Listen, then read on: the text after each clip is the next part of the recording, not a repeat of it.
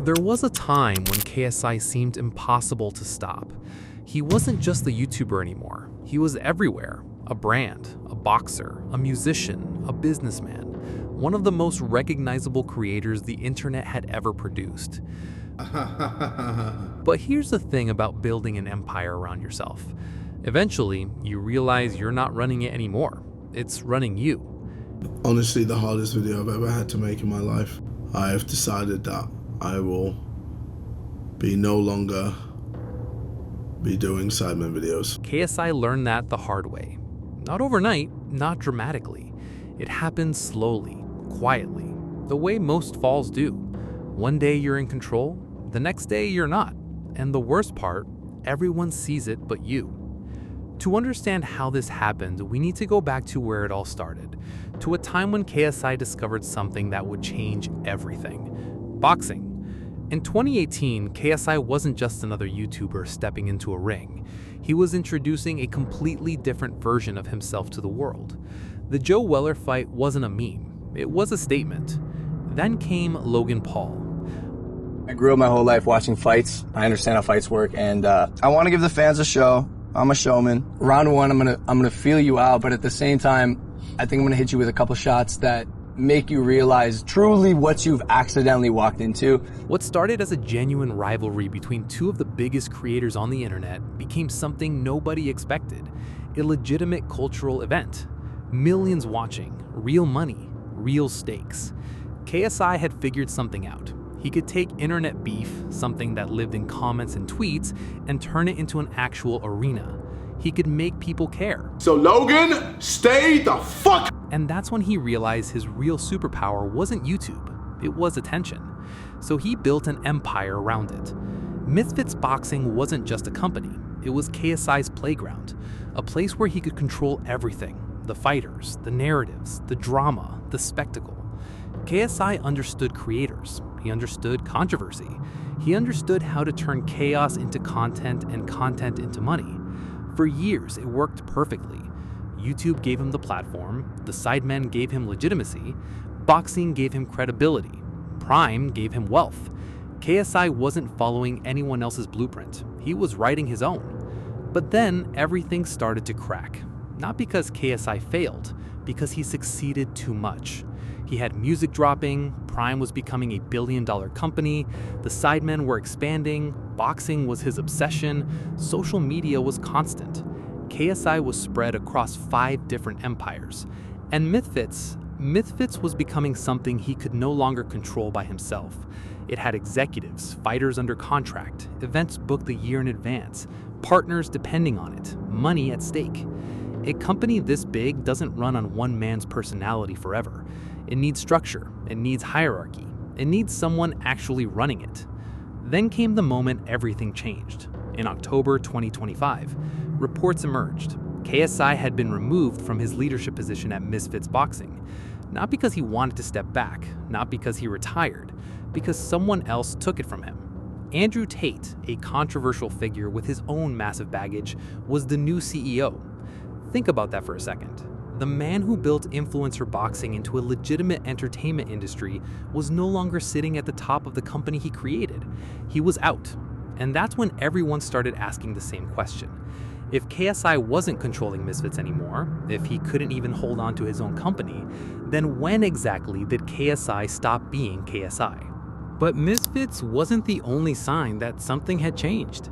Because while KSI was losing control of part of his business empire, something else was happening. He was losing control of the image people had of him, and that might be even more important.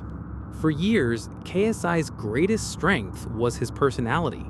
He could be loud, he could be ridiculous, he could be controversial, and somehow that chaos became the brand. The old KSI didn't seem to care what anyone thought. But the bigger he became, the more every mistake started carrying consequences. One of the clearest examples came in 2023. During a Sidemen video, KSI used a racial slur while playing a countdown-style game. I mean this maliciously, but the words The backlash was immediate. KSI apologized. I want to address a recent incident in a video whereby my actions have affected many people, especially in the South Asian community.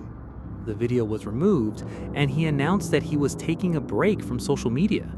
That moment matters because it showed something that wasn't obvious during his early career. The rules had changed. The KSI who built his audience in the early days could get away with being reckless, because being reckless was part of the appeal. But now he wasn't just some teenager making videos in his room. He was a businessman, a celebrity, a boxer, a co-founder, a public figure with millions of people watching everything he did. The bigger KSI became, the smaller his margin for error became. And then came another major change. In 2025, Andrew Tate was announced as the new CEO of Misfits Boxing, replacing KSI in the role. Reports around the change pointed toward issues involving KSI's absence and delays, although the exact internal circumstances are more complicated than the simple KSI got fired story that spread online. But regardless of how you interpret the decision, the symbolism was enormous. KSI had built his identity around being the guy who creates the next thing. Now someone else was taking the wheel. And then in 2026 came perhaps the biggest symbolic moment of all. KSI announced that he was leaving the Sidemen, the group that had been part of his identity since 2013, the group that grew alongside him, the group that helped turn a collection of YouTubers into one of the biggest creator brands in Britain. And suddenly, KSI was walking away from it. That doesn't automatically mean the Sidemen were holding him back. It doesn't mean KSI's career was over. And it certainly doesn't mean everything he built had collapsed. In fact, that's what makes this story so interesting. KSI had actually won. He had done almost everything a creator could dream of doing. Millions of subscribers, major boxing events, music, Prime, business, the Sidemen, Misfits. He had transformed himself from a teenager playing FIFA into an international celebrity. But somewhere along the way, the thing that made KSI successful became the thing he could no longer stay forever. The old KSI was built around proving himself, proving he could beat someone, proving he could become famous, proving he could make money, proving he could build something bigger. But once you have already achieved those things, what are you fighting for? Maybe that's why the title isn't KSI's downfall, because this isn't really a downfall. It's an identity crisis. The internet remembers KSI as one person, but KSI has spent years becoming someone else. And perhaps the biggest mistake we make is expecting him to stay the same person who entertained us a decade ago. Because the real story isn't that KSI became irrelevant, it's that KSI stopped being the KSI we knew. The loud kid became the businessman, the YouTuber became the brand, the boxer became the promoter, the outsider became the empire builder.